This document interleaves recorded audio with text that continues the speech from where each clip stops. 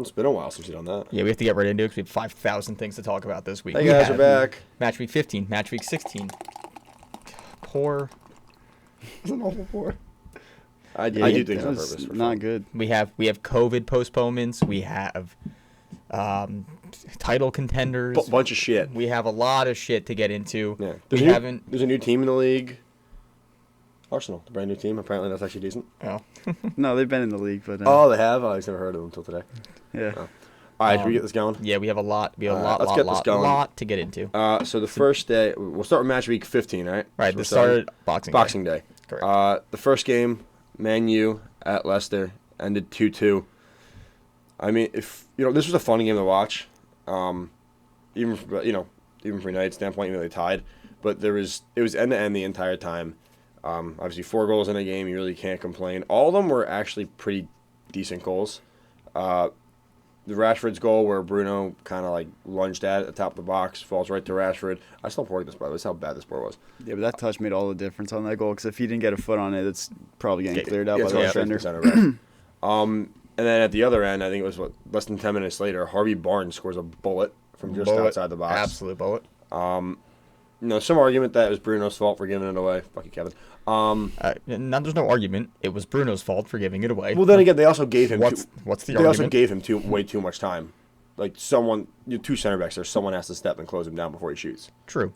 Thank you. The Fernandez goal, I think Cavani comes on. He plays him in on the right side. Cavani. Yeah, Bruno pretty much shanks his shot. Yes. And it somehow just goes far post and finds its way in. It was so bad, it was good. Pretty much. I hate him. Yeah. Bruno is a little bit of a girl. He's a diva. I don't know if it was this game or the last game where someone literally grazed his face and he went down screaming like he had just been shot. No, I He's think breathing it was his last breath. I think it was the Wolves game, and he got hit in the right side, and he it was was on the left Wolves. side. Yeah. Which is nuts. Yeah, It's so how that dumb. works. Catch that. It's just so bad. It's just a bad look for the game. It's embarrassing. It's not like that he did it against Wolves. He does it all the time. Yeah. And it's not like it's just him either. I watch Arsenal, and Xhaka does it a lot, and he'll I know, just a quick little sidebar. He'll shield the ball, get touched on the back, and fall on top of the ball, so the ref has to call it either on him for a handball or he gives it no choice. Yeah, it's just so annoying. It just gives it if anyone watching these games isn't a huge soccer fan, it's oh look, all they do is dive, and it's maybe 30 seconds of a 90-minute game, but that's all that gets focused on if you're an outsider looking in. Yeah, and it's just unfortunate. Yeah. For it to be that way. So an own goal happens here. Yeah, to finish the game, 85th minute. It was pretty good build-up by Leicester. It's a great build-up. Yeah, they win the ball in the middle. I forget who plays the ball outside, but he winds up getting fouled as he's playing it. His legs get completely taken out. The ball gets outside. It's always good. Swung in. Jamie Vardy in his spot in the middle of the box, causing havoc. No, but he did a great job because he came off the defender's shoulder and popped back, so he was wide open. Yeah, he found himself in between the center backs. I think it was Sanansby and I'm not sure it was McGuire or Bailly, but one of the two. He found that gap there, and he just gets a foot on it. It's going wide. It hits Sanansby. Nothing we could do about it. The heck could do about it. Okay, you're saying Tunansby, and that just can't be it. Sanansby. Nope. What do you think it is? There's Mr. Man U fan? You're pronouncing it with 2 N's, and there's just not 2 N's in it. Tunansby. Right, that's not it. Whatever. Does it matter? You do it. I don't have to. All right. He's on my team. Then fuck off. Because that's what I heard. It's just not Tunansby. Just call him Axel. That's cooler. Yeah, anyway. Axel's sick. It's all fucking Axel. And it goes down as an own goal. The original Vardy shot was going wide. The one thing I want to say about this game, because I know we have to get to before we move on, I hated that Lindelof started at outside back. That's weird. That was infuriating to me. Kind of strange. Is there no other option? Tellez was hurt going into it. He's on the bench. I thought you said Tevez. I'm like, God damn, you No. you made a comeback. Really off this No, week. I think Tellez had a bit of an injury going into it, but this is Axel. We'll go with Axel again. Axie. He started there before. He's played at center back. He's played outside back, so I'm a little annoyed he didn't start there. But all in all, like I said, it was a fun game. It kicked off Boxing Day, and it was I woke up at 7 in the morning to watch this, and I wasn't disappointed. Early start for our American watchers. Especially, yeah. So I had some fun with it. But 2-2, I mean, Leicester's a good team. They're a great team with some great players that we're going to talk about later. But, I said, it was a fun game to watch. I'm disappointed we didn't get all 3 points, but against a team like Leicester who's been in form, I'll take the point. So to our listeners, start percolating in your minds, like, oh my God, who's so important on Leicester? Think about it, because we're going to talk about it later. Yeah, thanks, guy on TikTok. Yeah. All right. Moving on, let's get to the next game. Aston Villa 3, Crystal Palace. That is not what I had as the next game, but we could do that. We're going to do that. Okay, I had that one too, yeah. Yeah. No. I guess my list sucks. All right, guys, my bad. It does. This game was actually super fun to watch, I'm not going to lie. A couple twists and turns in this one. A lot of twists and turns. Yeah, you would say. Not a lot of good turns for Palace, though. They suck. They're not good, I would say. They're very hit or miss, and in this game, they were a very big miss. Yep. I think Villa looked the better team from kickoff to 90 minutes, even though half of it was played down a man, which is pretty sad if you're Palace at this point. Yeah, I mean, Palace, like I said, they're such a hit or miss team. It's like such a coin flip. You don't know what you're going to get because they just got a decent result this week. Yeah. Or like in the last game week. I can't remember who they played, but they tied someone good. There's a lot of teams this year. If you can't tell, our brains are Leicester, maybe? All these games. There's so many games put There's together. So many goddamn games. But that's the thing. That's the thing. Like, I think it was Leicester. You might be right. I think it was Leicester. We'll get around to it. But like, you never know what you're going to get. Like when Zaha's on, like they're a whole different team. This game he didn't do Leicester. Too much. Yeah. And then, and when they played Leicester, Zaha had a great game, and he kind of reminded me of why he's like a world-class player and why he's up there and always linked with some of the top teams in the world. But, like, we'll talk about that game a little bit later. But, yeah, the main point is just, like, you don't know what you're getting with them week in, week out. And we've said that before on the podcast. And like Garrett mentioned, what was it? It was in the... I think it's right before, either right after halftime or right before halftime. The 45th minute, Mings picks up a red card. At this point, Villa are already leading. And like him, you have to talk about the red card first. I'm still getting to the point of how Palace is still not consistent. But you don't bring up the red card and then be like, oh, it's the you brought it up first.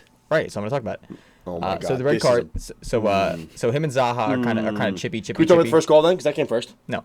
So they're getting chippy. They're getting chippy. This is me and Dan deal with Ladies. regular basis. And eventually, it gets a little too chippy. Mings does a little foul on Zaha. Ergo, red card. Continue. Where were we? Wherever you want to be. All right, so the first goal of the game came in the 5th minute. This is a nightmare. Ollie Watkins, man, he couldn't buy a goal in this game. No. Nobody could buy some fantasy assists, and I was here for it. But And by fantasy assists, I mean save shots that bounce to another player on the team. Exactly. But he did great at them in this game. So Traore gets his rebound in the 5th minute. Pretty decent finish, but really didn't have to do too much. Literally just had to kick the ball in. And then it's a good move, but I mean, Watkins does a little shimmy on the defender, does a scissor, puts it to the right, kicks it, and then goalie does what he can, saves it, but it bounces right in the middle of the box. There's not much you could do. But leave it to the goalie to blame the defending. Well, yeah, he made the save. Yeah, he also left the rebound in the middle of the goal. Am I going to have to step in between you two today? I mean, nowhere else to switch our spots. You got a hand on it. Get another hand on it. Oh, God. Sounds like you're going to throw fists today. All right. Wait till we get to this Leicester. It's bait. Courtney House scores. Hey, man, sick jersey. Thanks, man. By the way, in case anyone's listening, he's wearing the zebra print Man U jersey. Might be the worst jersey of all time. Literally, it might be worse than the City mitochondria jersey. Nah, the worst jersey of all time. Oh, I've seen worse. Who this week? Someone this week was wearing like these bright yellow shits. Bro, you look like a zebra. you're like in no room to talk right now.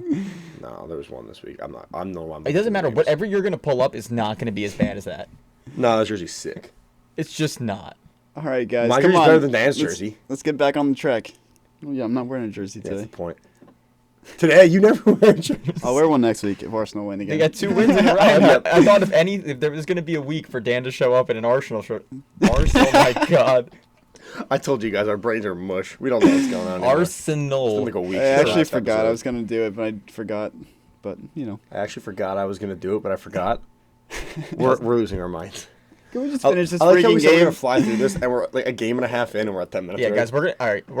guys, let's reset. Let's reset. So we're gonna really try and pound through these games because we have a lot of shit to talk about. All right, so Villa win 3-0. The second goal kind of just bouncing around the box. I think one ball bounced at the crossbar. It bounced around the box. Watkins heads it onto the crossbar. Again, cannot buy a goal, this man. But it bounces right to House. He finishes. Yeah. Actually, and the keeper almost makes a really great save. He dives back, but goal line technology, cross the line. Yeah. Good finish. The final goal, it was El Ghazi on the right side. Just curls a banger to the far post. I think it hit off the post.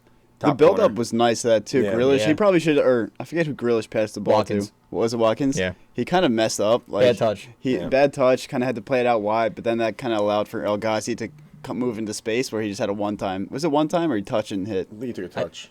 Either way, he had a lot of time at the It was a top of the box banger. and just fucking buried it. And like we mentioned before, this is the issue at Palace. I mean, they go a man up for half the game. And looked like they were a man down for half the game. I mean, they outpossess 61-39, but they still get outshot. And outscored 3-0. Yeah, it just kind of show that Villa did their job, man down. They kind of sat back a little bit, and when they got the ball, they took their chances going forward and converted them. Yeah, it's Villa. just, sorry. No, you go. Villa, team that started strong. We were very high on the beginning of the year, kind of died down a little bit in the middle, but they're still up there quietly. Towards the top of the table, 6th place, 5th place. Yeah, 5th place with 2 games in hand on the leaders. So I mean, Right fucking there. Pretty good spot to be in, I think, for Villa right now. So. Yeah, I mean, considering they were fighting relegation last year. Yeah, and probably should have been down. Yeah. Some key signings, some key players playing well. There we go. Speaking of key signings, we'll talk about that later. Yeah. Moving on, we'll do Southampton and Fulham. I'm a foreshadowing master at this point. I wonder what we're talking about later. I think you're forcing it. Southampton and Fulham. You know what you're forcing? That jersey. Okay. What a fun 0-0 game this was, huh? Yeah. All right, guys, listen, we have a lot of games to talk about this week. We're just not talking about this one. And the 0-0 ties, we're not going to talk about it. We're not going to talk a lot about them. Listen, you go into this game, you assume Southampton's going to win. They didn't. Good result for Fulham. I was going to say, good result for Fulham. Right. I think. Which is crazy because Fulham had 10 shots, 1 on target. Southampton had 3 shots, 2 on target. Pretty even game. Considering, all things considered, much more even than I would have guessed. But listen, guys, it's 0-0. We got to move on. Sorry, Fulham and Southampton fans. Yeah, especially because the next game, at least on mine, is a big one. Arsenal 3, Chelsea 1. Damn, they did it. What the fuck happened? Damn, I don't know. I think I'm in more of a shock than you guys, honestly. They actually played pretty good, but the more thing is, shit we talk about teams, the better they do. Well, yeah, it took Arsenal a while to get there. They got going though.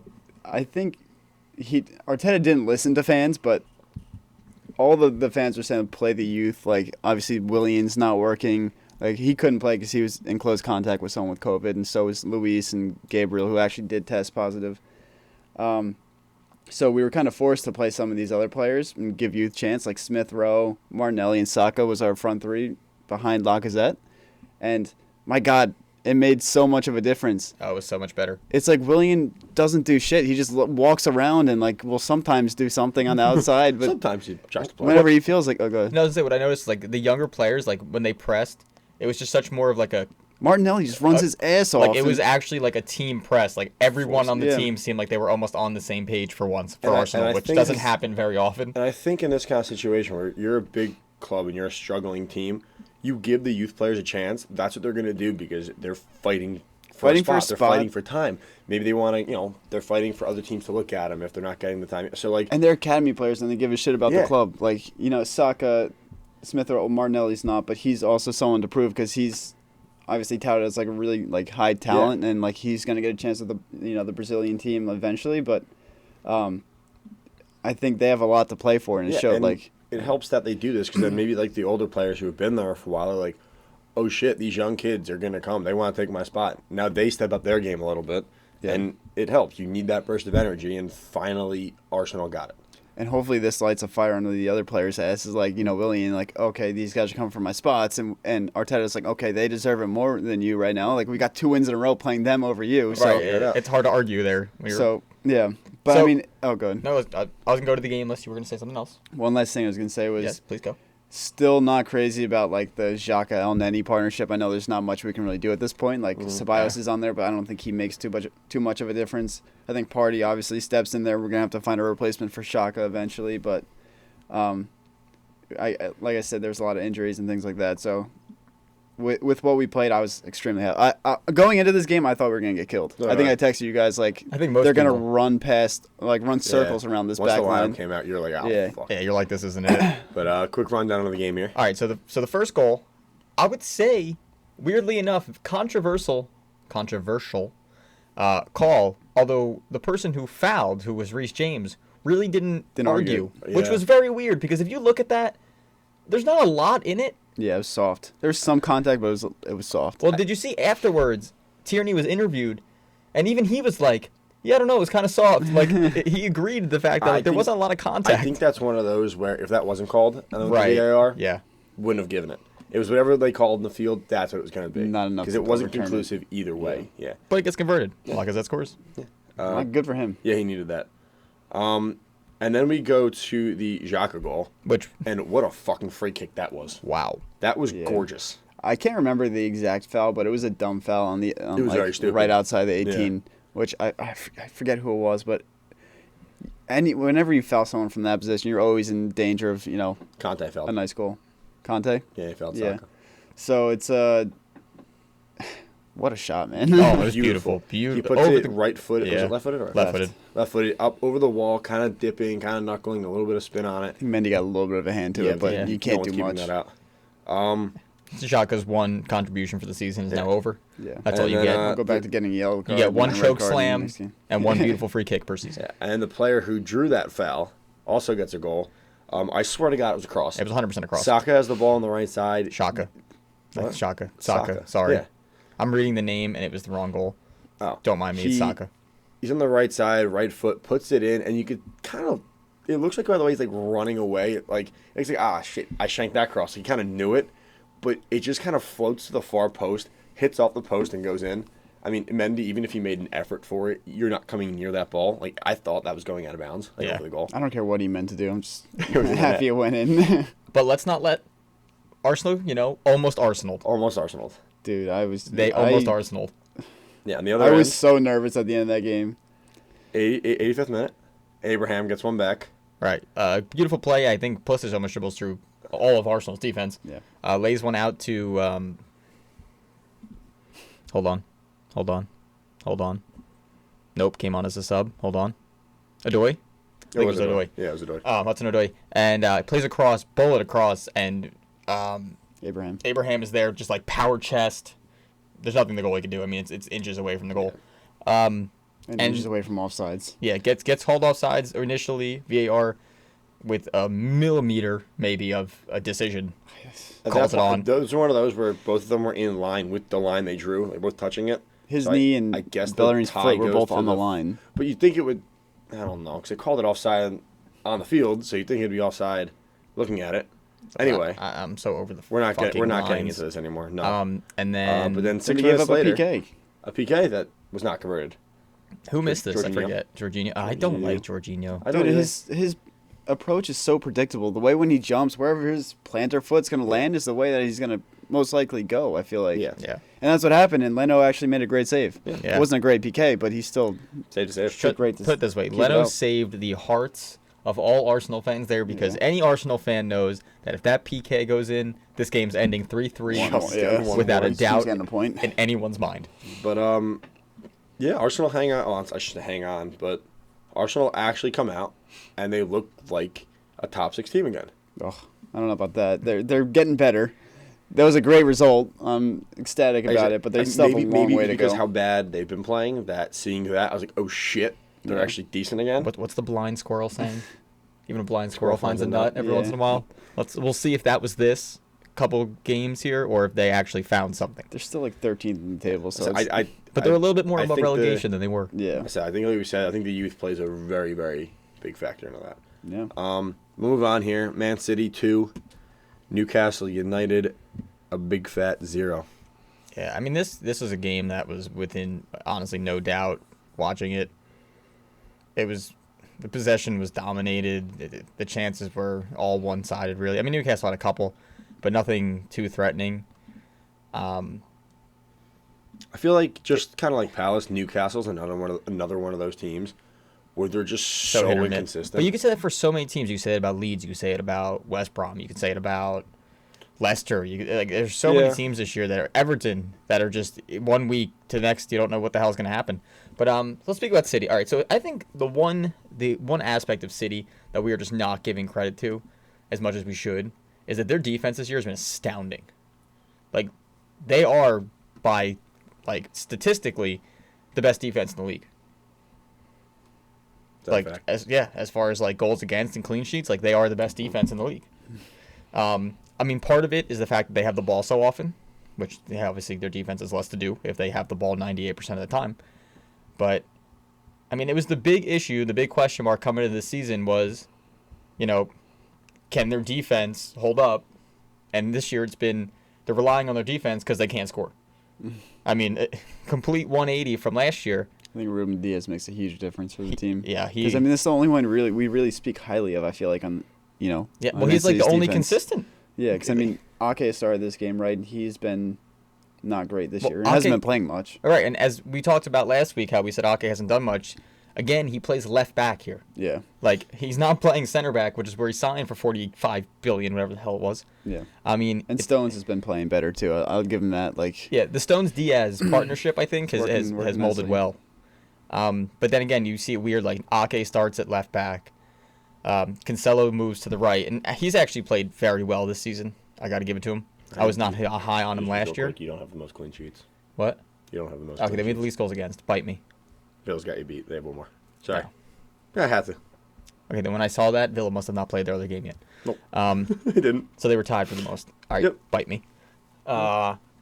But, I mean, so Sterling, this goal here, Sterling does a great job. The goal in the 14th minute. Cuts up a defender, cuts it back, sits, it literally waits for like a good 2-3 seconds Really in their composed, box. yeah. Very Yeah. well.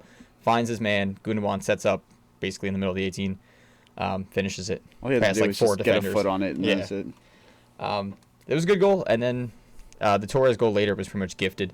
They play a ball in the box. The defender tries to clear, Yeah. and it Falls just right to his rolls foot, yeah. rolls right to Torres' foot. He has 35 minutes to pass that wherever he wants to the Make, goal. makes no mistake, and he does finish. But yeah. Mahrez didn't get in this game. No, I mean the rotation's definitely been there this year. It's just such a weird year for them. Why isn't Foden playing? I don't freaking know. I like him. I think Gundogan's been playing good though, actually. Yeah. Well, one's more Gundogan's, even though he scored in this, I would say is more Defensive. than Minded. Foden's more of like a creative going forward. He's not he's an okay defender, but he's not. So what's the ideal center mid for you for City?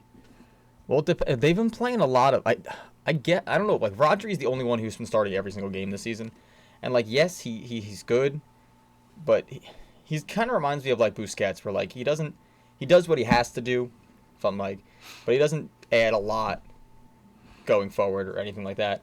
I mean, he's a big body, but other than that, I mean, I really think Pep this year said, you know what, we're gonna anchor down on defense, and then just hope our creative players going forward, our center mids and our wingers and our striker can create this year, and that's what they've done. They've gone the Gundogan Rodri like double pivot out of the back a lot of the time this year, and I mean it's working defensively, so it's hard to argue with it. You know what I mean? But yeah, it's been working. But they're still what place are they in? 8th in the table right now. So I think are they're in hold on. eighth. I'm sure Pep has Eighth. higher expectations than that. They're in 8th you know. with 2 games in hand. Yeah. So I mean they're only But- 7 points back. But to your point, the defense isn't the issue this year. The issue is finishing the chances that they create, Yeah, and they which- create a lot of them. Which we talked about before. I think we talked about a few weeks ago where De Bruyne isn't getting those numbers because no one's finishing for him. AKA Aguero's not there. for Yes. him. Yeah. So And what was I sent you guys the message. It was the Pep quote after the game, I think, and he was just like, we need him. Yeah. I need him, and I'm like, I feel this. Like, inject this quote into Yeah. my veins because he played. I'm not even gonna lie. He came on. I think was it this game or the other game before I jumped the gun here. This game. Did he come on in this game? they didn't have another game, City. Oh, that's right. Got postponed. Correct. So I'm right for a change. So he comes on for maybe 15 minutes, and I'm not even gonna lie. Like he didn't even look like he was in the greatest physical shape. He even looked like he was running with a gimp. Like honestly. He still And- makes a difference. And he literally still got into so many positions that were just dangerous positions. Yeah. Like he got a ball sent to the back post where he almost scored. He kind of bluffed the finish a little bit, but he's probably a little rusty. He made runs in behind the defense where like other players opened up in his bit. Like just his presence and his like mind are just so needed. And it's probably going to enhance De Bruyne's play just because he knows he can rely on him. It's going to make him Right. create more chances. And And they have chemistry, I'm sure. I mean, they've played Yeah. together for numerous years now. And it's again a lot of as much as it's like Aguero's getting older, like he's still their striker. Like he's their key striker. Like he makes a total world of difference in how they play. So we're all hoping. Just needs to be healthy. Yeah, he just needs to be healthy. All right. You good? Yeah. All right, And Newcastle lost. They suck. Yeah. No, I'm just kidding. They're not that bad, but they suck this game. Moving on to the final game of Saturday. Everton won. Sheffield still winless. Cannot buy a point. Big fat 0. This is a game where minutes, though. this is a game where I thought Everton was just going to completely dominate. And I thought this was going to be at least a simple win, nice 3-goal win for them. But Sheffield gave them some problems. Yeah, but Sheffield doesn't really get blown out. They just lose 1-0, 2-0 games. At the end of games, like the Leicester game, too, in the last minute, these last 10 minutes. Yeah, they don't get blown out. They just lose in the most heartbreaking ways possible. Yeah, And can't score. So that doesn't help either. It's just so weird when you look at them last year, and they were like a bright spot last year. Before Project Restart, they were up there in the table. What happened? I have no idea. That's a great question. And not for nothing, but I know Chris Wilder, everything he did last season for them, like, they were high on him. Like, they thought they were taking the team in the right direction. They have 2 points. Yeah. Why is he still there? What, through 15? Sheffield United, by the way. Yeah, we got some stuff. Okay, we apologize. We said Sheffield was going down. There's Sheffield Wednesday, but they're not in the Premier League, and we focus on the Premier League here. Like Hence the title Premier League at Pints. Like, I get, like, we messed up, but, like, you guys should think more. I'm just saying. That's all I'm saying. And there goes half our audience. This is Sheffield Wednesday in, like, League 2, or, like, they're not playing Everton unless it's the League Cup or whatever, the Carabao Cup. Yeah, so get off her back. FA Cup. Thank you. Just kidding. FA Cup. We love you guys, but just think better. Yeah. Anyway, it takes the 80th minute, and Sigurdsson breaks the deadlock to put Everton up 1, wound up being the game winner. Nice play. He's played well, too, in the absence of Hamas, who's kind I was of going to say, we were talking about before, and I said, oh, wow, Sigurdsson's having himself a pretty good year. And that's the point you made, where, there's no James. And if you go back to, our first few episodes, me and Garrett, for the most part, were very, very high in him, thinking he was going to come in and have this insanely good year. Not a fucking chance. Well, no, all right, let's not pretend like he's not having a good year. He's just been hurt. I mean, he was having a good year, and then he... But I feel like even before he got hurt, he was kind of slowing down. I mean, he had I think he had 1 or 2 games where he didn't have an assist or a goal, and then he got hurt.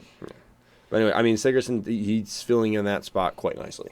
Oh, yeah, absolutely. He's playing very well for this Everton team right now. It was a really nice play, though. It was like a ball played to Decore, who was inside the 18, and just laid it off to Sigurdsson that had, and nice good finish. Yeah, I feel like he's very good with set pieces and right around the box, like just kind of bending the ball. Yeah. So I feel like for set pieces and him when he's like top of the box, when you give him space to goal, that's when he's, I think, at his best when it comes to finishing. It's tough on him too because he's been like a glue guy for Everton the past couple of years, and he's been, he's been up there in the Premier League. I think he was with Swansea before this, but he's always been like a mainstay. Like he's always been a starter. Always like now he's kind of got moved to the bench with James, and it kind of shows a lot about him as like a player and like in his character that like he can come off the bench and he will fill in when he has to, and he's still going to perform. So it's fun. I think he captained this game too. Yeah, which is kind of funny because like you don't expect the player that doesn't play to come off the bench and captain your team, but he did. Yeah, but to round out that Saturday, Everton get the 1-0 win over Sheffield United FC. Better for you guys, who were 100% getting relegated. Yes. And we'll move on to Sunday's games. Leeds versus Burnley. Leeds win this one 1-0. Maybe the lowest scoring Leeds game we're going to see all year. Yeah, for a team who loves to score, they get one in the 5th minute and then not another. Kind of coast. I mean, but we talked though. Burnley's been on a run. Like they've actually played playing well. Weirdly, even though Brian gives them shit every week. I mean, they've come a couple results in a row. I mean, they lose here, but they're coming off I think 2 wins. I think they'll do enough to stay up. I think they'll be like in the 4th to last place. But see, they were the most Fuck you, Burnley. on our week, last week or last episode, not last week. We talked about what teams we thought were going to get relegated, and we didn't say Burnley, and they were the most commented by you guys to go down that we didn't say. Yeah, I don't think they have enough going forward, but their defense is actually really good with Tarkowski and Ben Mee and everyone. They have some good players back there, but it's just they can't score. Real quick, before we move on to this game and talk about, I would like to issue a sweeping statement, an apology. I made the comment that Leeds, I was going to go down. That was quick. I would like to retract my statement after watching the past 2 games. It took 5 days for Brian to read. A lot of you said, "Are you out of your mind? He's fucking stupid." All of you, I will say this right now, are correct.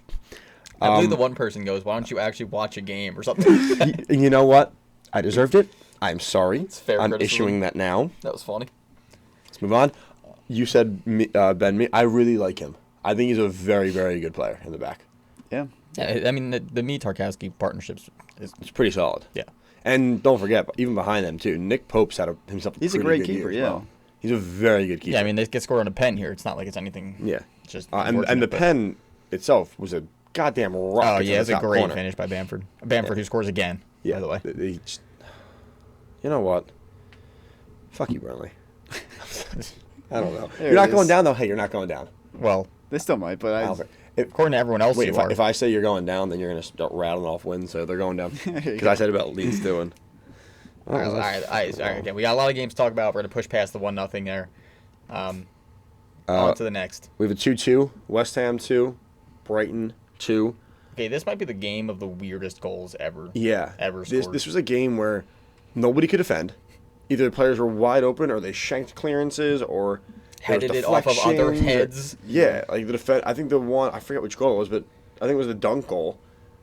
The ball was headed out and it just hit Duncan kind of when it was at that goal or the No, that was Suchek the goal? Suchek. That's The the Suchek Suchek goal. Lewis was, or Dunk was kind of like that too, where it was like a corner, like he Just a like clusterfuck of goals. someone tried to clear it off his chest, bounced his foot, and he just Yeah. Yeah. right inside the six. Like we rewatched the highlights of this What game. was the first goal? Maupay, Yeah. Maupay.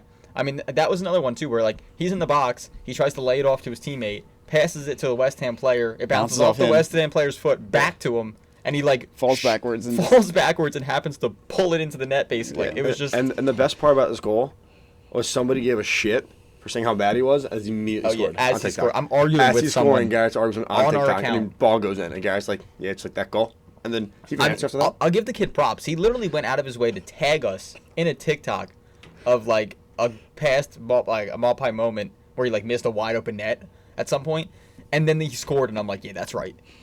You thought. I'm actually with him. I don't think he's a great player, but I just think it's kind of funny how that happened. It was super fortunate for us. He started this year well. He had a good start to the year. I think he's a for Dick. them. He's He's a a dick. he's a solid forward. Dan, not a fan. He doesn't like him. But like we said, like, the game was just some weird fucking goals. It And was I just- think if anything, this is a poor result for West Ham. They were all balls bouncing. I mean, I was getting ready to rip West Ham. I was getting ready to rip Moyes after I praised them like 2 weeks ago for taking out Bowen, who's probably, one of their more dangerous, if not the most dangerous player, probably on their team. But he took Bowen out at halftime, put in Yarmolenko, and then Yarmolenko set up the goal. So, like, it's hard to, Yeah. really give him shit for it. But I still think Bowen's probably one of their more creative Yeah, he is. and most dangerous player makers. So, thought that was a weird move by them, but I guess it worked out in the end. Kind of weird. Maybe he had some kind of nagging injury. I don't know. Maybe trying to Never monitor know. his minutes with the short. I don't know. Yeah, short week too. Players were kind of getting rested, but But yeah, But this it is worked a out. game of weird goals, but Yeah. 2-2. I mean, as a neutral, fun game to watch. Yeah.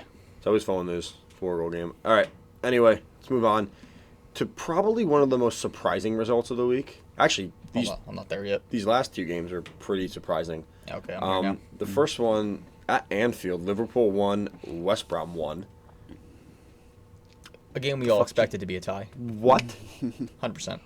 I mean, What are you Liverpool doing? scores pretty early too. I'm like, okay, this is gonna That's be it. this is a That's it. Let me see, bloodbath. 12 minutes, Mane. And don't get me wrong, they did control the whole game. Oh, yeah. Look at the possession. 79-21. 79 to Jesus 21. Yeah, Christ. 17 shots to 5 shots. So Yeah, I but mean, you look it at the was. shots on target though. 2. Liverpool, 2. Yeah, That's a city stat if I've ever seen it. but let's not glance over the goal. Mane's goal was pretty sick. Oh, it was beautiful. I mean, the ball is perfect. Yeah, Matty plays the ball from like the half field, pretty much. His first touch is unbelievable. Mane to get that down. Perfect chest down and Yeah. just really nicely composed inside the box. I'm And ju- yeah, they go up 12 minutes in. I'm like, okay, that's it. This is it. I'm looking at these lineups. How the fuck did this end 1-1? Yeah, I mean, it's not like Liverpool played like Beat the shit out of a backup lineup, and this is their starters. Yeah. This is Mane, Firmino, Salah, Henderson. What the fuck happened? This is it. And they just, I mean, again, it's not like they created 17 shots. They only just had 2 of them on net. Yeah, and so this is the game where I know John Stones had a pretty good year, but like he's doing what he can to help out his team. Who? Their goalie, John Stone. John Stone. You Oh said my- John Stones. I was so lost. Oh, John okay. Sorry.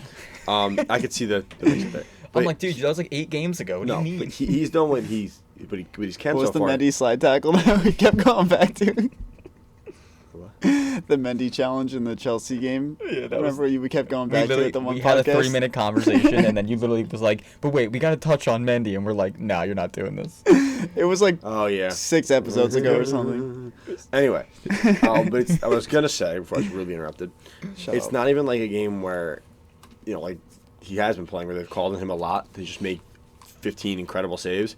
There was 2 shots on target, so you have to give credit to, to West Brom's back line. I mean, the forwards are facing. They did enough to throw the forwards off to the point where they were missing the net or putting their body on the line to block shots. Like they did what they.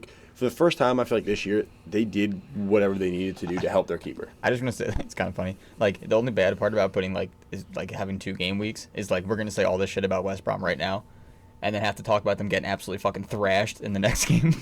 So it's like You don't have high hopes for them in this next game, do you? At least in the bright spot, if we're touching on players right now, we don't have to touch on the same players again and how they've been playing all year. So we touched on a couple players that we don't have to go back to. Like you don't have to go back to the whole Gundogan thing. oh no, We're getting well to they the didn't next play, game. so I really don't have to go back to that. Oh yeah, but But- you know what I mean. But this is the first time Liverpool draw points at home this year. Yeah. This season so far, which is pretty big. I mean, did we To talk about West Brom. Did we talk about the West Brom goal? By the way, I didn't. No, we haven't yet. Okay. We haven't, no.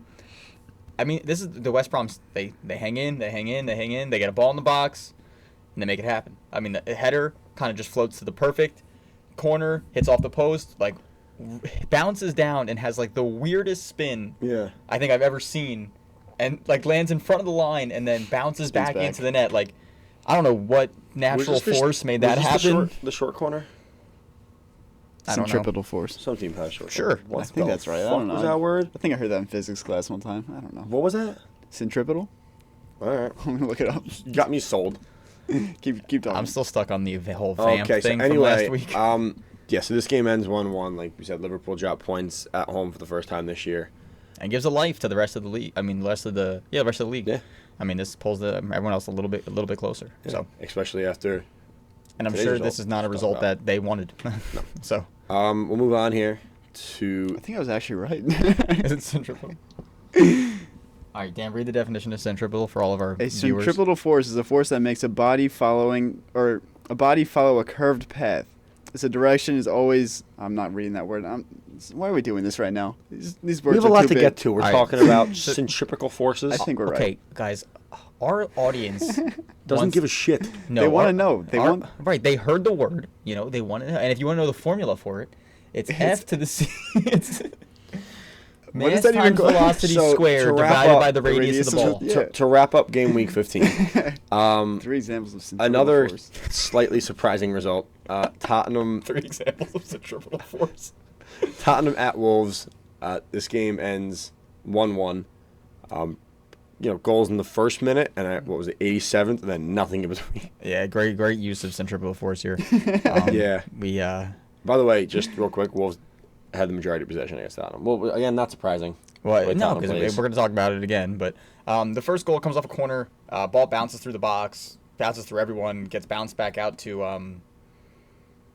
Ndombele? no, damn it.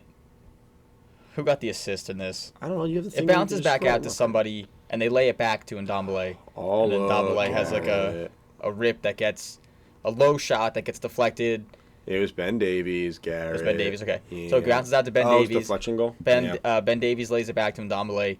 Ndombele hits a shot. Patricio's already committed to one side, It deflects and to his right. it deflects and goes the other way. And his left, whatever And it was. there's just he's stuck at that point. There's no way to get back. Yeah. I mean, it was that's the goal. I was getting ahead of myself there. So again, what happens? Tottenham scores. Damn, what the hell are you looking at? I don't want to He's know. like- I don't want to know. I I don't think it wanna actually might be centrifugal force. Dan's over here on like ScienceDaily.com. We may trying to figure out. have a Premier League and Pints first. I may need another beer if I have to keep listening to this shit. I'm looking up. Dan's got like Best Buy ads on top of his computer, and I'm like, what the hell's happening? You guys are Oh. outside of your fucking minds. We'll Is it- confirm whether it was centripetal or centrifugal force in next week's pod. Yeah, I'll call my scientist friend that I I'm have. sure you guys are all on the edge of your. We're gonna fucking call Bill seats. Nye. All right, back to I'm closing out this tab. Okay, so Tottenham scores, and Bill what do Nye. they do? They slam the e-brake and park the bus. Right? That's pretty much how we. Surprise. This is the same. what they do. I'll tell you what, they're committed. You can't say they're not committed to it. So they slam the part. Oh my god, Tough week for us, like I said. All A right, lot they of shit happened. slammed the break. Holiday season, you know. I caught Dan. Dan's gonna spit his beer. I caught Dan mid-sip. What are we doing? So they parked the bus, Losing our minds. and Wolves, they go. I mean, Wolves didn't control it. Tottenham still had a couple chances on counters as the game went on, but Wolves is fighting. They keep fighting. They keep fighting, and soon enough, just like it happened against, I think it was Crystal Palace, right? Mhm. And Tottenham, Wolves finds a way late in the game, and then as soon as they score, that's it. Like. It's too Then late for Tottenham, to get they going. try to score, Yeah. but you have what 5 minutes left maybe in this game Yeah. to try and get a winner. It's so. Look, it made sense when it worked, but you can't just keep sitting on 1-0 leads. I think it shows that the teams are listening to the pod. They're Right. We know Jose's game plan, and they're just listening. They know. Like, I get if you're 2 up, They know. sit. You could sit. You defend. You let one in late. You're still winning. You cannot sit at this level of playing. You cannot sit on a 1-goal lead. It's not safe enough. It's been showing the last couple of weeks for Tottenham. Right, look like Liverpool. Liverpool played West Brom. They scored 1-0 in the 12th minute, but they kept playing. Granted, they didn't score and get another one, but they kept trying to create chances and kept trying to go forward. West Brom gets one late. It happens. And 90% of the time, when you keep pressing and you keep going forward with that 1-goal advantage, you're going to wear the other team out. And most of the time, it's going to work, right? If you keep pressing. The whole, Liverpool's not the best example of this because that's that one time it doesn't. And that's only happens 1 out of 10 times. Right. I mean, you don't expect that result all the time. When you sit back, you invite pressure. It's gonna, turn that, okay, yeah, we're winning and it happens a couple times. That's gonna turn into, instead of 3 out of 10 times, to 5 out of 10 times. And to set, you can't keep doing this. Because once it happens a couple times, now your players are thinking, ah, shit, here we go again. Now we're defending. It's going to fucking happen again. Ah, shit, here we Ah, go shit. again. Here we go again. Here we go again. Well, let's talk about the Wolves goal. I mean, Yeah. 4 minutes left in the game. I think Pedro Neto takes the free kick or the corner kick, and he goes near post, and they make a good near post run and flicks it on. I think more. I said this before. I think more teams should do this. That's what I do in FIFA all the time, and it works. Where you Run just, near post, you just near take a post big corner. body, have them sprint to the near post, and that way the slightest touch will throw off the keeper if it's on net. Maybe then it takes a deflection off somebody else and goes in. At least And if you got to flick on backwards, Yeah. something can happen. Yeah. you never know. But if you just let the corner go across, all right, there's a good chance the defenders are getting there. But if as the team taking the corner, if you're the first one to touch that ball, majority of the time, good things are going to happen. Right. I mean, So you I also think think- more teams have to do this. You also have to remember that the corner kick taker at that point has to be right on point. Yes, I mean, it's yeah. not like it's easy to nail it to the guy's head every single time. Well, yeah. Yes, it is. Obviously. But Maybe for Dan. Dan is It one is. of the best corner kick takers he I've ever has seen the in my biggest understanding of centrifugal force I've ever seen on a ball. life. I thought It's something true. else. I do. Unreal. Wolves are fighting without probably their best player, Yes. if Definitely not the best player. right. I mean, so Like you said, they're still they're surviving fighting. at the moment. They're still fighting, and they don't look terrible doing it. No, I mean they hadn't scored I think in a couple weeks here, or they've only scored like 1 goal or something. Yeah. But a lot of players in that time have been stepping up, like Nato, Podence, all these players have been playing really, really good the past couple weeks. Who's the- Traore? Not so much. We've talked really highly about, or not just us, but everyone. Everyone we'll did. touch on. Well, once we get to the next week's games, he had a very good game yesterday. Who? Traore against United.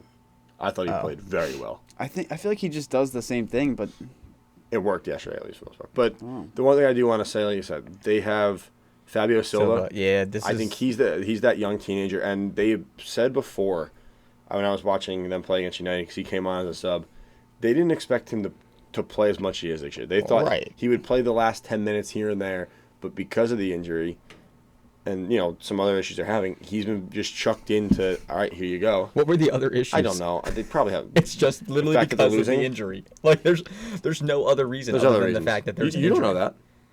Well, Traore didn't start for forever. That was an issue there. That's not the same position. What are we talking about? He hasn't played only up top this year, Gary. He's played in the middle of the field. Silva. That's not true. I forgot you're a giant Wolves fan. I forgot you were. I watched the United game yesterday. They talked about it, my guy. all right. So we're starting you're lying. the Monday games. Anything you say wearing that jersey just doesn't count, so it's fine. All right, Monday games. Monday games. This is the start of game week 16. Start week game week. Are you 16. kids done? Probably not, right? It's literally the worst jersey ever. I guess that's a no. Second place. You look like a zebra. I don't care. Second place. Would you? Do you want me to start talking about centripetal force again? All right. Because I will. Game week 16. There we go. We'll start it off. Arsenal, a 1-0 win over Brighton.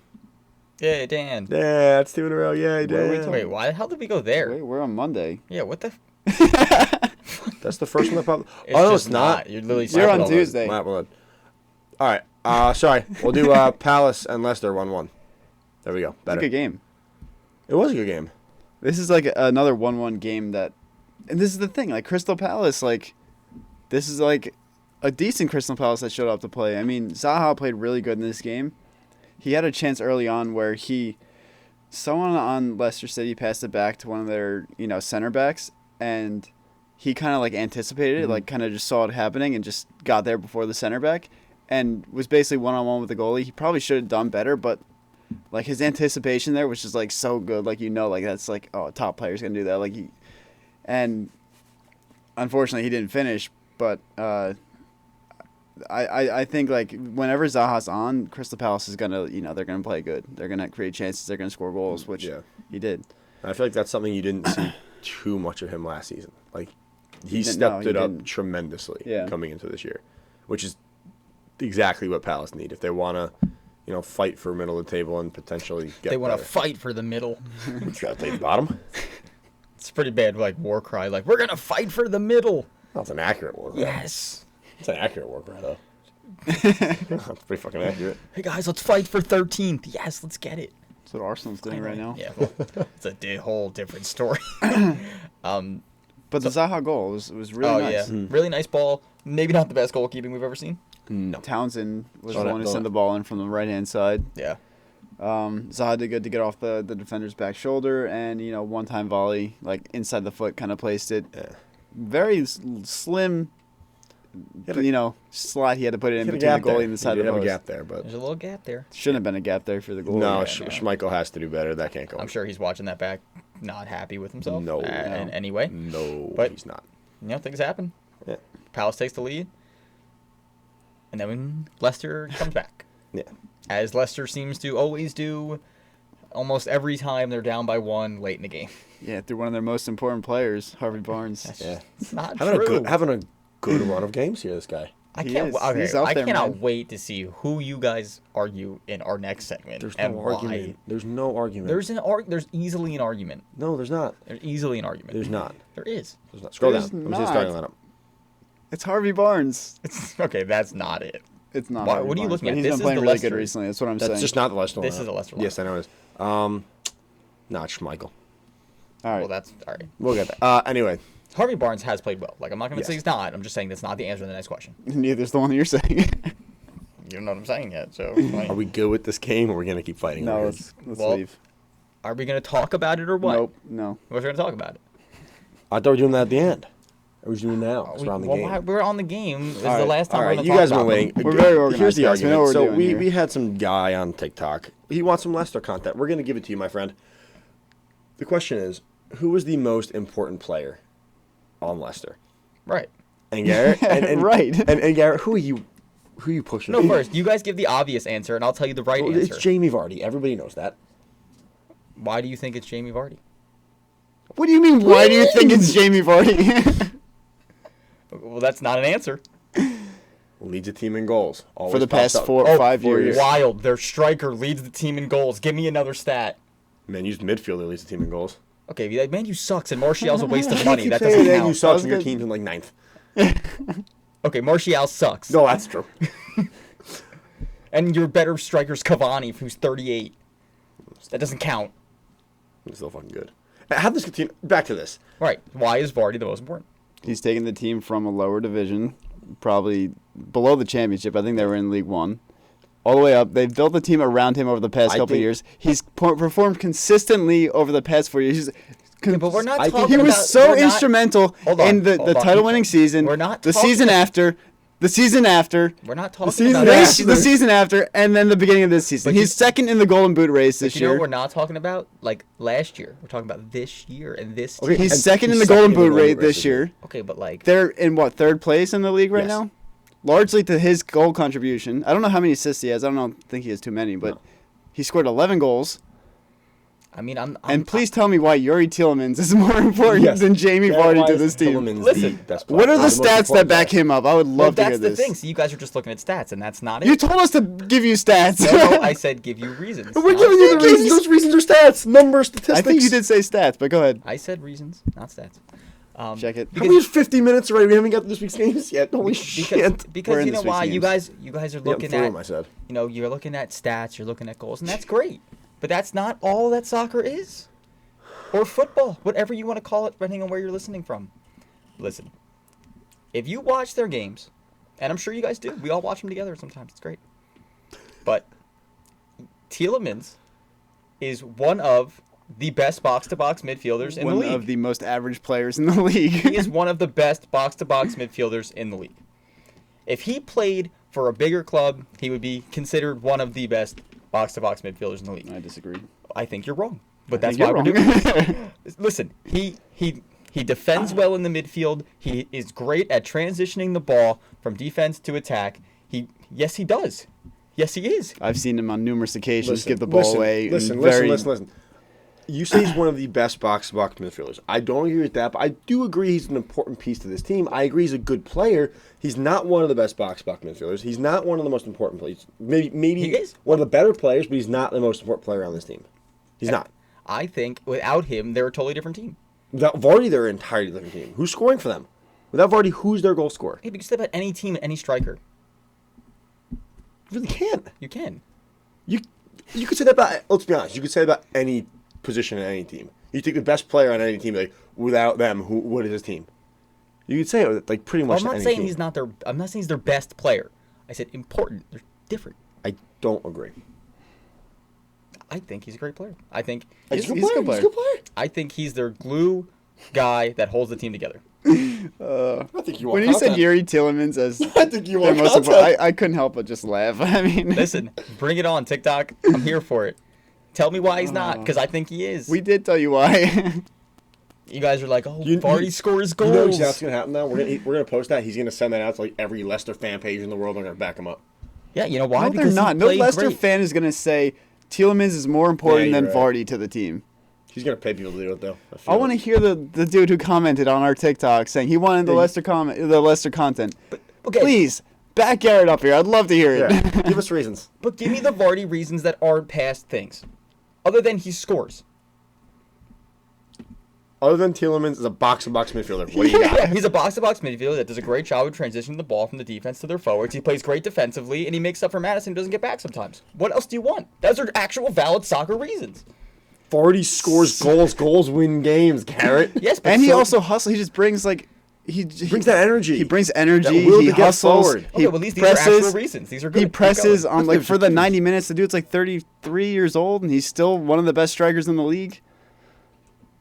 Okay. Well, you pretty much said all of it, yeah. I mean, those are good reasons. I'm just saying. I think. Excuse me for a second. Keep talking. I think you guys are overlooking. Look at this guy. You're right in front of the camera. Yo, why are you ruining our professionalism? What professionalism? This episode's out the fucking window. I'm gonna melt it. What are you bleeding?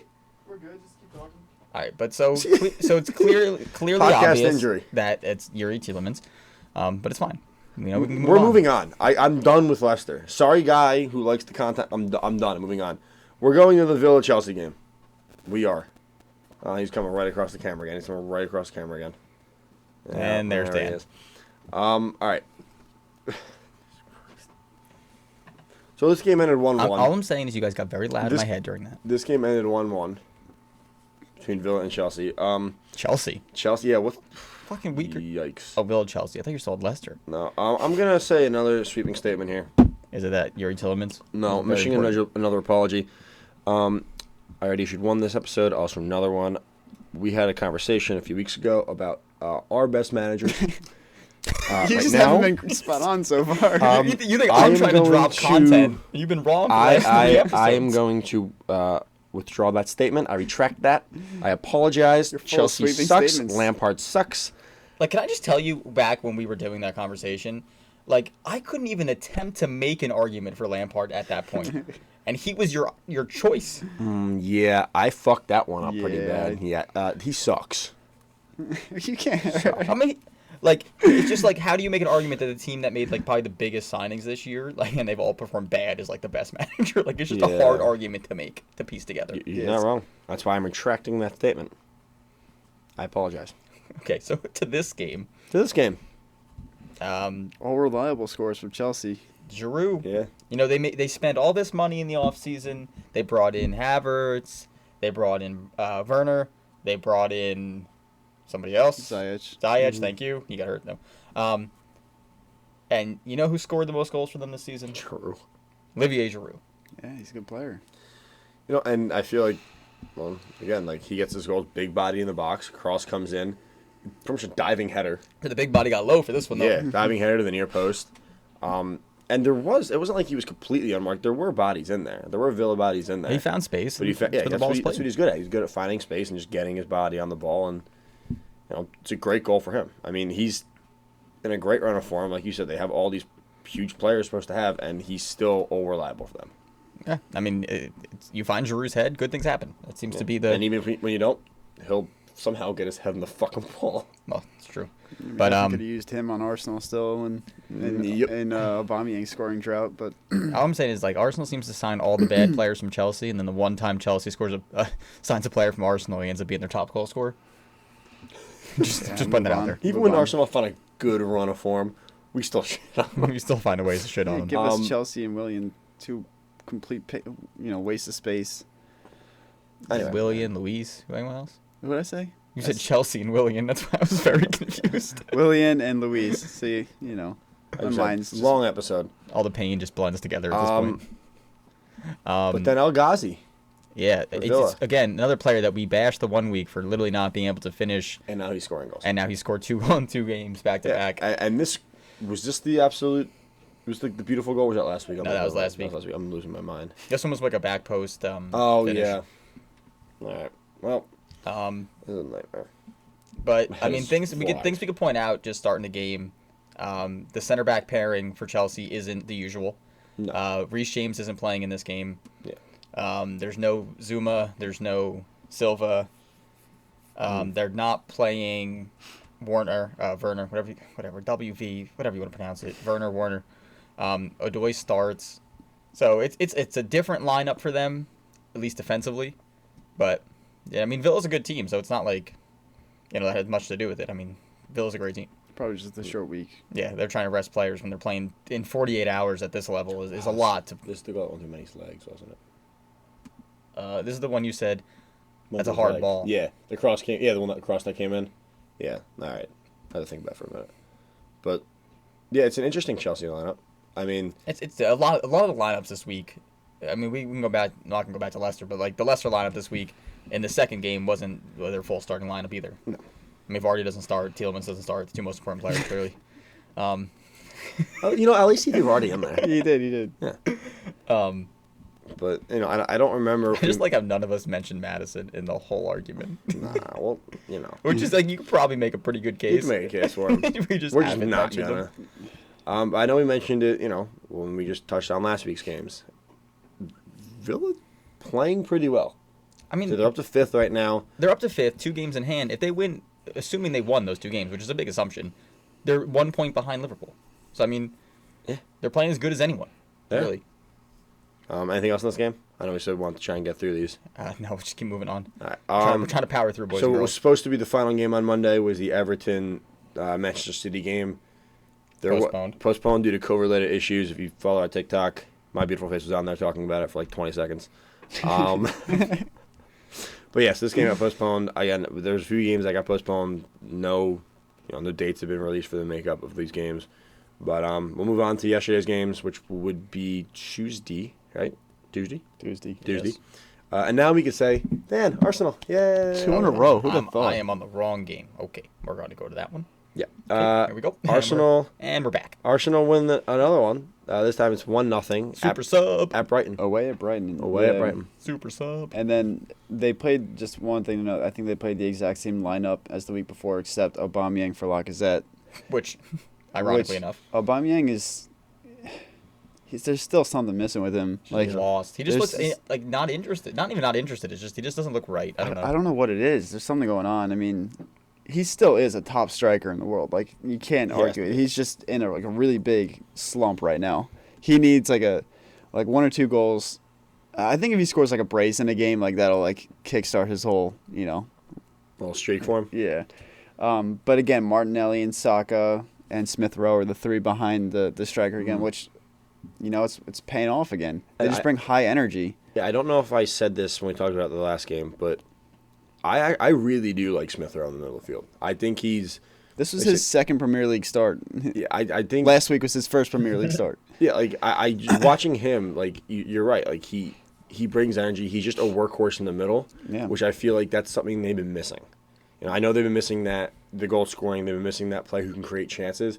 But at least this is a step in the right direction. He's giving you the energy, the hustle, and he's willing to do whatever he needs to do to help the team, which is, again, one of the things they need. And I follow a lot of, like, Arsenal, like, fan accounts on Twitter and everything, and a lot of them are like, yeah, he would be a good, not replacement, but someone who could bring some sort of creativity to the team with, like, the absence of Ozil. Yeah. And I'm like, I've only seen him play a few times, and he was loaned out to, I think, Huddersfield Town last year. Or Huddersfield Town, right? I'm not sure, to be honest. That's why I didn't comment. It's probably the whole Sheffield thing. It's probably two, let's be honest. No, I think it's Huddersfield Town. I think you're right. But... For some reason, that just sounds long, like too long. But we're gonna move on. He was on loan there. He had a good, like a loan spell there, and now he's getting his chance, and he's kind of making the most of it so far. He hasn't played the full 90 minutes both times, but he's bringing that high energy. He's starting to create some chances. Him and Martinelli are making a good partnership.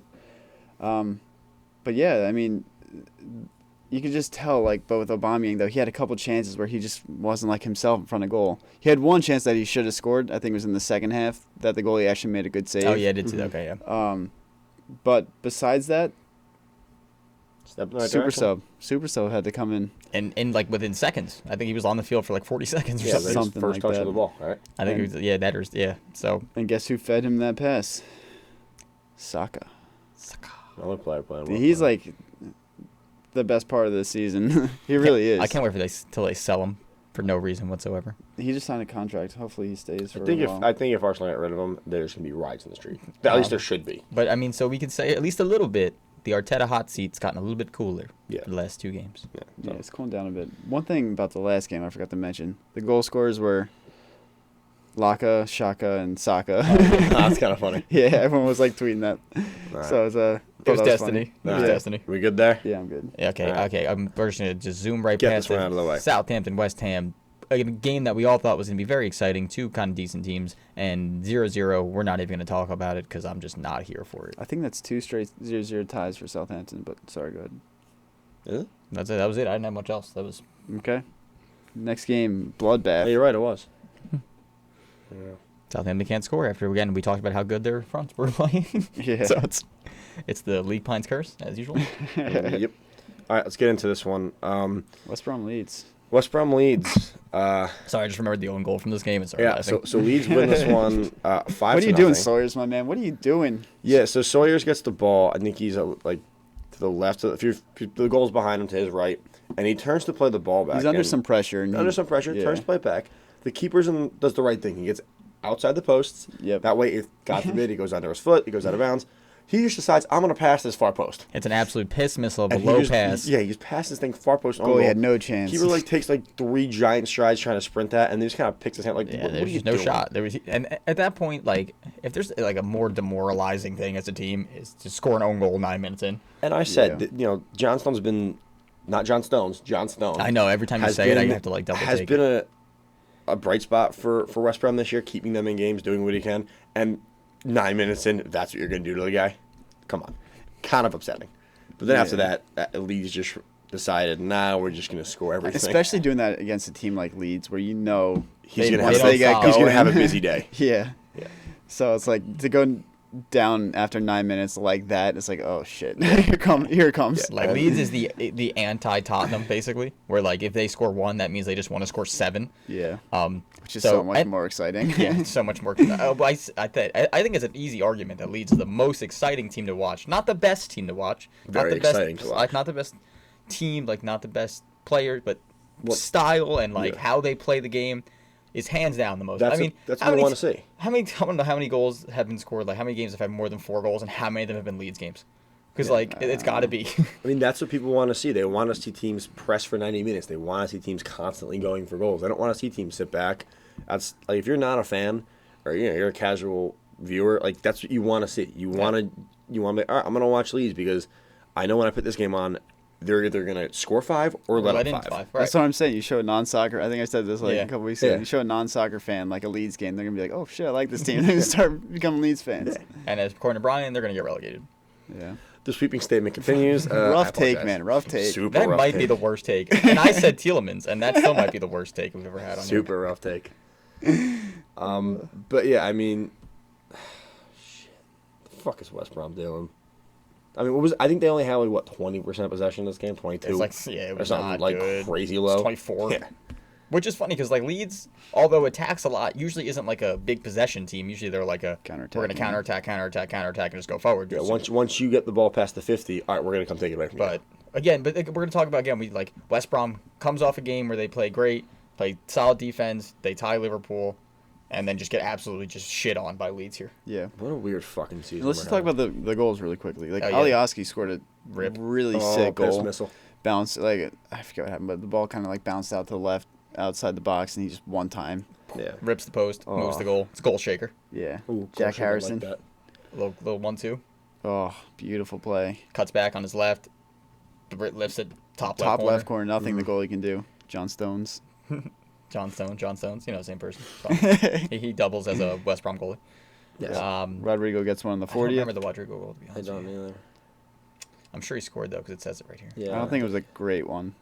I think it was another kind of like ruffle around in the box kind of Drum in thing. the box. Yeah. Yeah. And then ends with Rafinha it. scores a banger. Absolute Oh, banger. banger. I don't think anyone gave a shit about that Rodrigo goal because it was like Rafinha scored a banger at the end, so it didn't Yeah. matter. Yeah, like, so this game, I mean, it had a little bit of everything. It had 5 goals, had a shutout, had an own goal. I mean, what else can you ask for? It's like the Red hat trick card. of excitement. Yep. Well, Didn't have that. didn't have it. Anyway, Headset's making my head itchy. Don't mind me. all right, let's move on to Burnley and Sheffield. Sheffield still fucking sucks. Yeah, I'm sorry, Sheffield fans. Sheffield United fans. God, You guys are just screwed. Like, there's no hope at this point.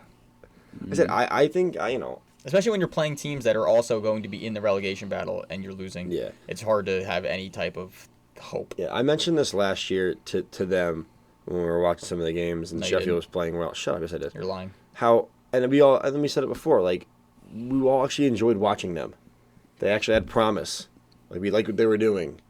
Like, what the fuck happened? And what's like crazy though is like it's not even like they're not like in this game they had more possession, they had more chances, and they still lose. Like it's just every result in every close game this year has just not gone their way. Everything just goes Yeah. against Like them. sometimes, It's crazy. the odds are just not in your favor. Like I mean, there's they only have 4 more goals against than like United, which is like it's Yeah. not a crazy amount. Like they still are a decently defensive team. Like they're not terrible, but they just can't score. they're not Can't score goals. What's like the They have 8. they're getting killed by like 1,000 cuts. It's just 1-0, 1-0, 1-0, Yeah. 2-1, 1-0. Like that's just Yeah. how they're gonna lose Yeah. every game this season. And while they're not, like you said, they're not letting up 1,000 goals. Mm-hmm. They're just losing results. And eventually, you're just running out of time to make up these results. And I feel like if you're getting like blown out, every game here and there, at least okay, there's something seriously wrong and we have a lot of work to do. But you're in these games, so at this point, all right, maybe it's one tweak here, one thing there, and you just can't figure it out. Like it becomes like, all right, what's worse? Like, losing every game by a lot, but your issue is, or being in these close games and losing these heartbreaking games by one goal, where you just can't figure out that issue. But is it You one of just those can't things get where it. like you got to blame like their management team in the offseason for not picking up some type of attempt at a striker? They did. They got Brewster from Liverpool. Yeah, but he who's didn't do like shit. he's not given a chance. Well, that's true too. This is like the second game he started, I think, for them or something like that. Yeah, he might be It's- getting his chance now, but like A little late. maybe he's not the right one. I don't know, but That's true. They did make an effort. It might just not have been a good effort. I They- should just but reworded that. it took them 15 games to do it, and they brought him in, in the summer, Yeah. and they haven't scored goals all year. So like, why not try that earlier? You would think at some point you're like, oh, man, this isn't working. yeah. Yeah, but again, that's back to your point. That was something to do with the management. Yeah. They So haven't brought him in yet. shout out to Burnley again. Hot team Burnley. 3 out of 4 here. So Fuck you, Burnley. Here we go. Burnley's rolling. What's next? I think that final relegation spot is going to be a doozy to figure out this season. Yeah. As things go on. Yeah, we'll go Man U Wolves next. All right. You could talk about this one. You got a lot of air. Huh? Just talk. All right. Man U Wolves. Man U wins 1-0. I think this was, like I said, it was just like the Leicester game. It was another fun game to watch. Both teams had chances. I think Wolves deserved better. I think they had a few more chances. I think there was a couple times where they got unlucky. The Man U lineup, I think, I didn't mind it. I think Cavani, and again, this may be something people don't like. I know Martial's not playing well, but Cavani, I feel like he has more of an impact off the bench. We've seen that in pretty much every game so far, that he comes up the bench and good things happen for United. I think Adama Traore has a good game. All he did was just run at Tellez, and I don't think Tellez could do anything about it. It's interesting to see that Wolves set up with like a different lineup going into this game here, actually. Yeah, I liked watching Traore. He's fun to watch. Was this the game where he runs into De Gea, right? Oh yeah. De Gea runs into him and then literally lays on the ground for 4 minutes. We'll talk about that in a minute. But I think the one hit by an oncoming train. Yeah, right. I think the announcer in the game was like, well, if there's one player you don't want to run into, it's him. It's him. But at halftime they take off Tellez and they put on Shaw, which Shaw was able to keep up with him a little bit better, which I think helped. Is he quicker than Tellez? Tellez just likes to go forward a little bit more. Shaw's better at recovering and getting back Also than Tellez is. Shaw knows he can't get back in time, so he just sits back more. Just back more. But I think the surprise for me for this game was Eric Bailly actually played very well for United, and I've always said I don't like him. I think as a center back, he's too slow when he does get the ball at his feet. He makes the wrong decisions. He dives into stupid challenges. So you don't like him, but you like that shirt, huh? Yes, I love the shirt. Okay. Sure. But yeah, the goal. You guys. Should throw it in everywhere you can. The goal towards the end, 93rd minute, Rashford gets the ball on the right side, cuts in, hits a shot, crazy deflection. It was going, I think they said it was going to go far post anyway, so they gave him credit for the goal. But yeah, I mean, I said this game could have went either way. Either team could have won this game. It was a fun game to watch. But yeah, the De Gea thing before we move on.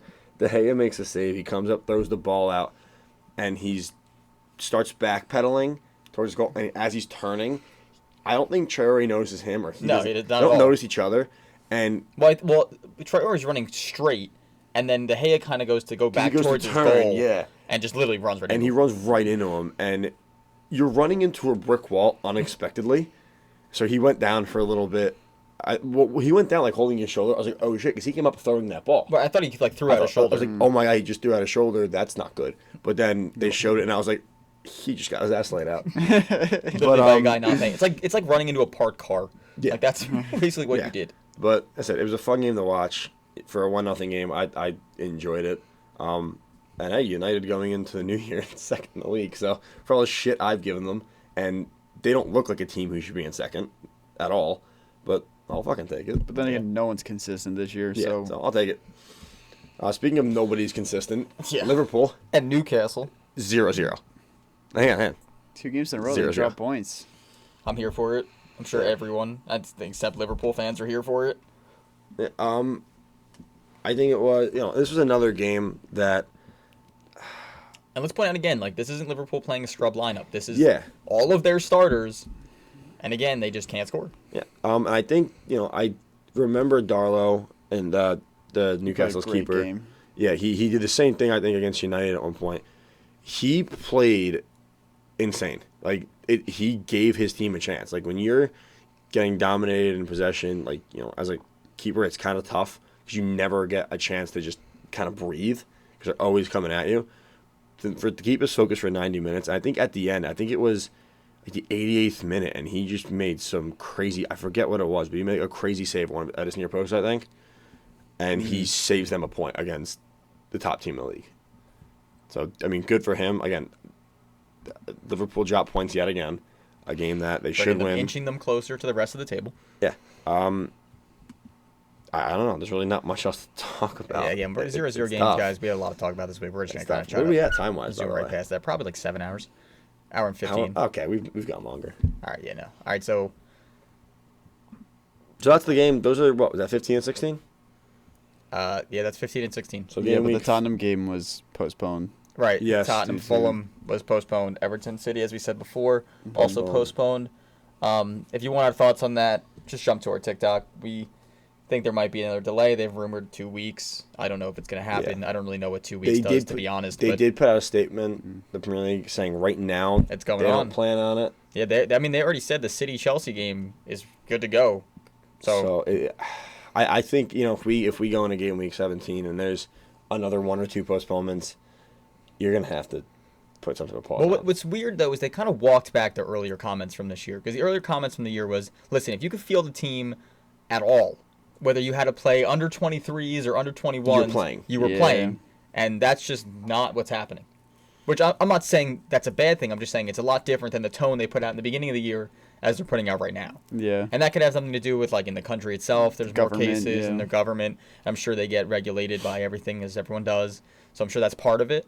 But it's definitely, like I said, a different tone than they originally put out there. All right. Before we move on and talk about, I don't know, what the fuck we want to talk about, we'll run through game week 17 let's try fast as shit. I'll zoom this here. Actually, it's annoying because there's actually really good games for, like, 4 of these. Yeah, so who wants to start? I'm going to take the second game. All right. So that's you, me, you, Dan, you. Okay, that works. I'll go start first. You tell us. Everton, West Ham, 2 teams, again, like we said this year, have been mildly inconsistent. And by mildly, I mean very inconsistent. I still think Everton's the better team here, although West Ham has put up results. I think it's a close one, maybe a 2-1. I think Everton wins, though. On New Year's Day, by the way. So another New Year's Day game. Man U, Aston Villa. I'm actually really excited to watch this game. Hopefully Man U shows up because like I said, they've been pretty inconsistent, but hopefully they show up. I think Villa's playing great. They have a bunch of great players right now. They're in a great run of form. I think it's gonna be a high scoring game. I don't know who's gonna win. I hope United, but I think it's gonna be 3-2, 3-3. I think there's a lot of goals in this game, which I'm excited to watch. So should be good. Dan? Okay, the next game is Tottenham versus Leeds. This is a good one. Man, I feel like it's gonna be. I don't know. A team who sits back. It's the exact opposite. Press. I know. I feel like it's gonna be like a chess match. Like this is yin and yang. It really depends how this game starts out. If Leeds come out and score, quickly, I think then it's gonna be a high-scoring game. But if not, I could see it being like a 1-0 or 1-1 tie. Yeah.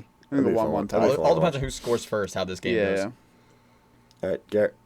Crystal Palace, Sheffield. I don't care who Sheffield plays every single week. They're gonna lose 1-0. I'm just convinced. Yeah. All right. Even though Palace hasn't played great all the time, I still think they're going to beat them 1-0. All right. Brighton and Wolves. I think Wolves have put together 2 pretty good performances. The results aren't there. I think Wolves win this game over Brighton. I think it's going to be a close game, but I think I said 1-0. But I think it's going to be a back-to-back, kind of like an end-to-end game. I think Wolves win it.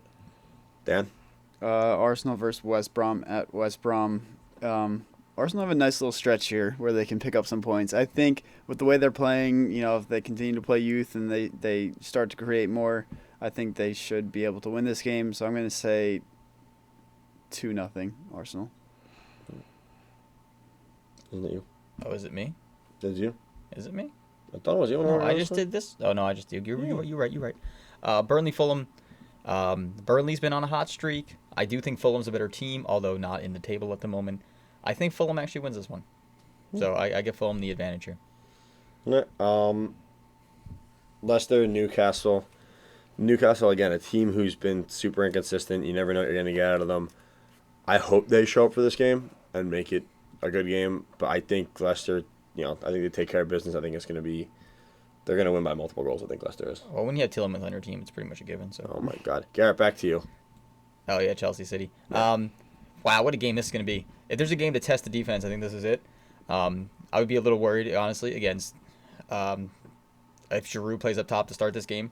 Because although we have better people in the air, like Stones is not a great aerial center back. I mean, Diaz is good, but, it's easy to just say, Giroud, stay away.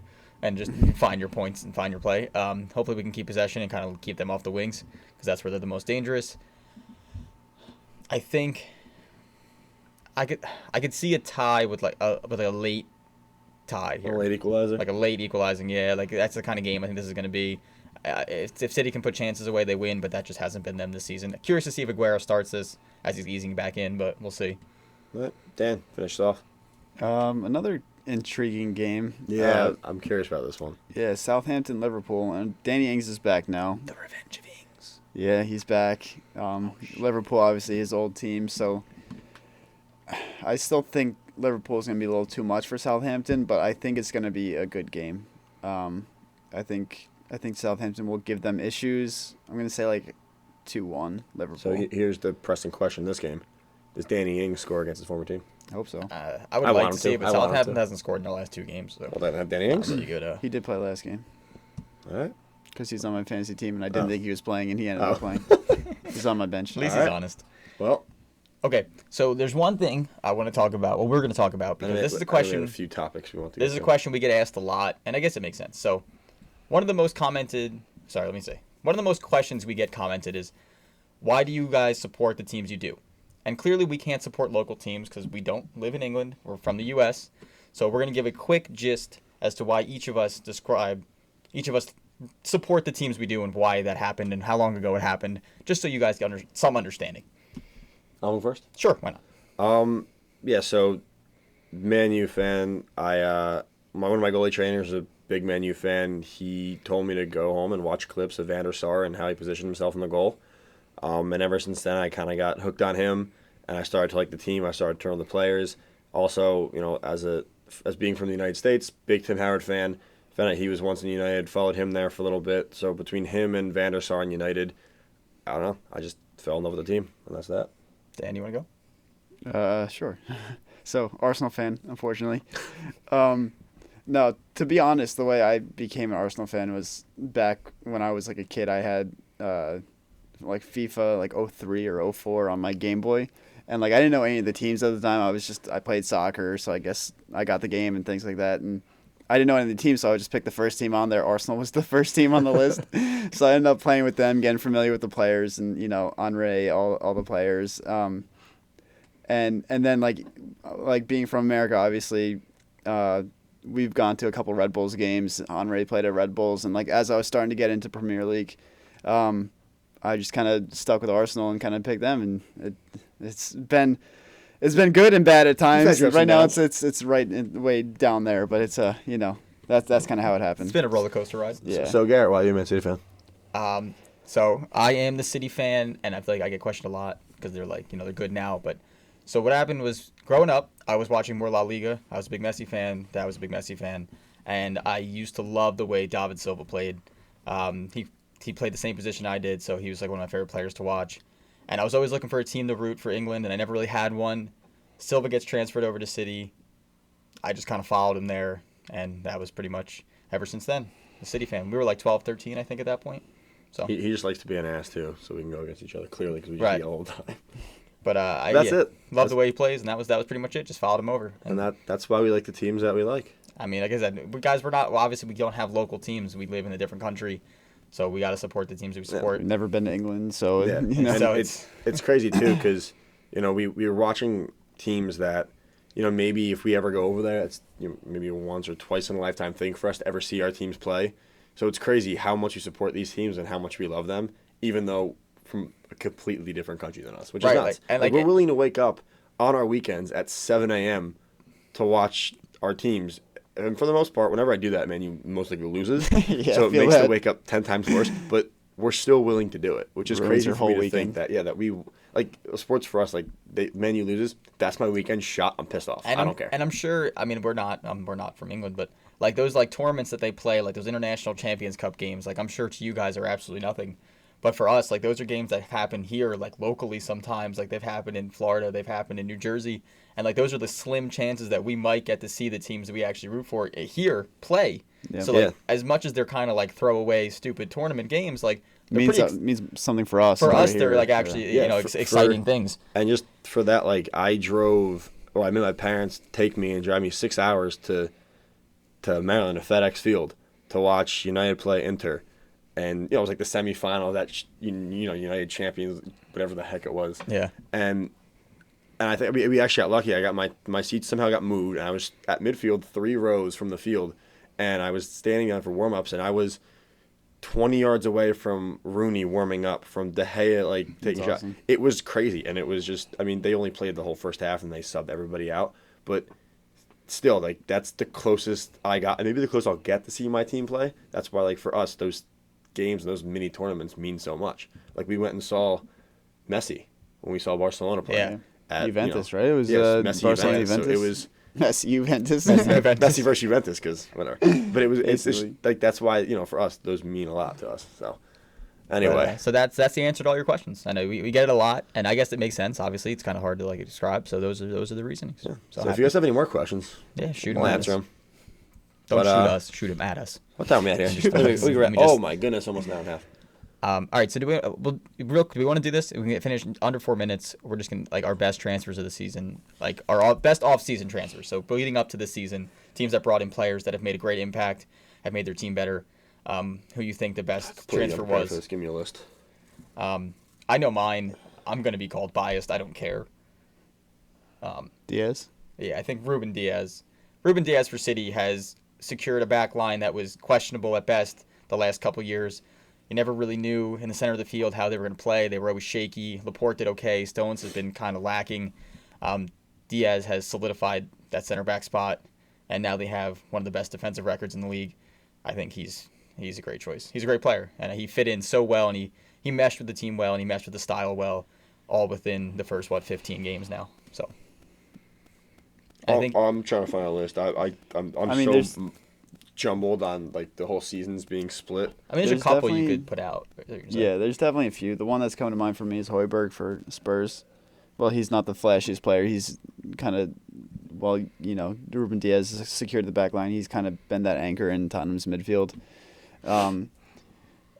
He's not super flat. He won't score you goals. He won't provide you a lot of assists, but he'll go into create challenges.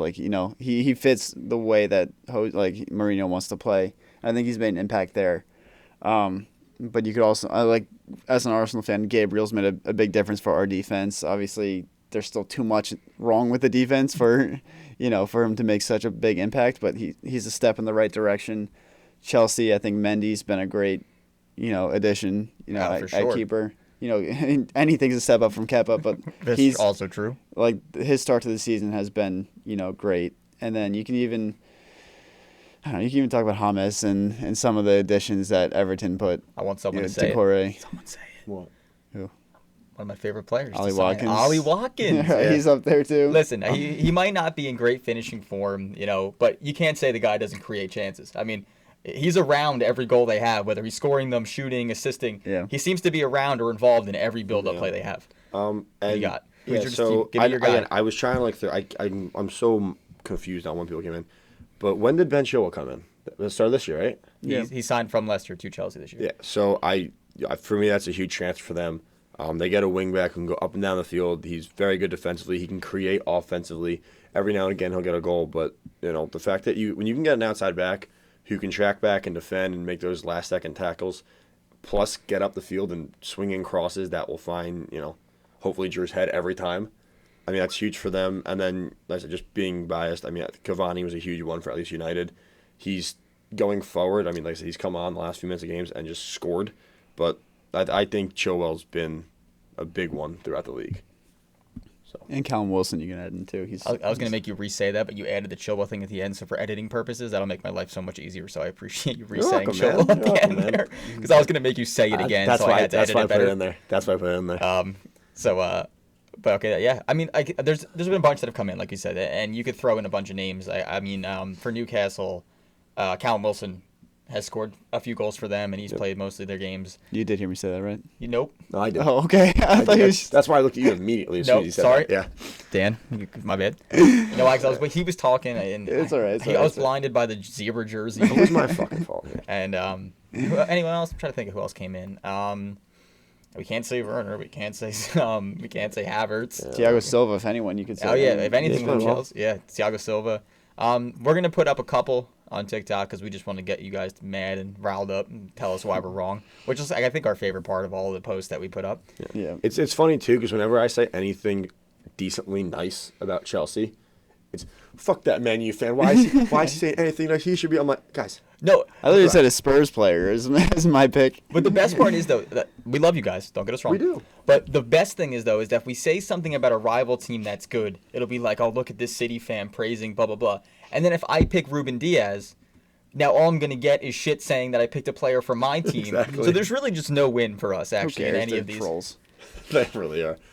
Anyway, I think we're at an hour and a half. We are at an hour and a half. All right, ladies and gentlemen, thank you very much for watching. If you're watching on YouTube, if you're listening on your favorite podcast app or website, whatever it may be, the socials, TikTok, Instagram, Twitter, all at League Pints. I think we got. What? Typing some shit. Whatever. He's looking up centrifugal force really again. quick. Our last episode, at least the audio version of it, broke our download record of like 57 or something. Yeah, we're thank you guys for that. You guys are up on it, man. It's awesome. We're closing in on I think 500 downloads. I think YouTube subscribers too. We're up like 18 subscribers from last week. What are our TikTok Dude, followers we're at too? killing it. Like 2,300. Yeah, I mean, You guys are crazy.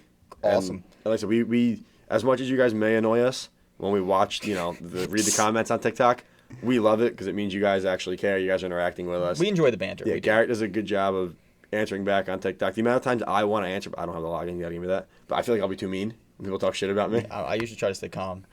Yeah, so it's a good thing he has it. But yeah, thank you guys. You guys are crushing it. And Happy New Year. I was gonna say this is going our in there. last episode of the year. Yeah. Let's hope 2021 brings a better year to literally everyone. Yeah.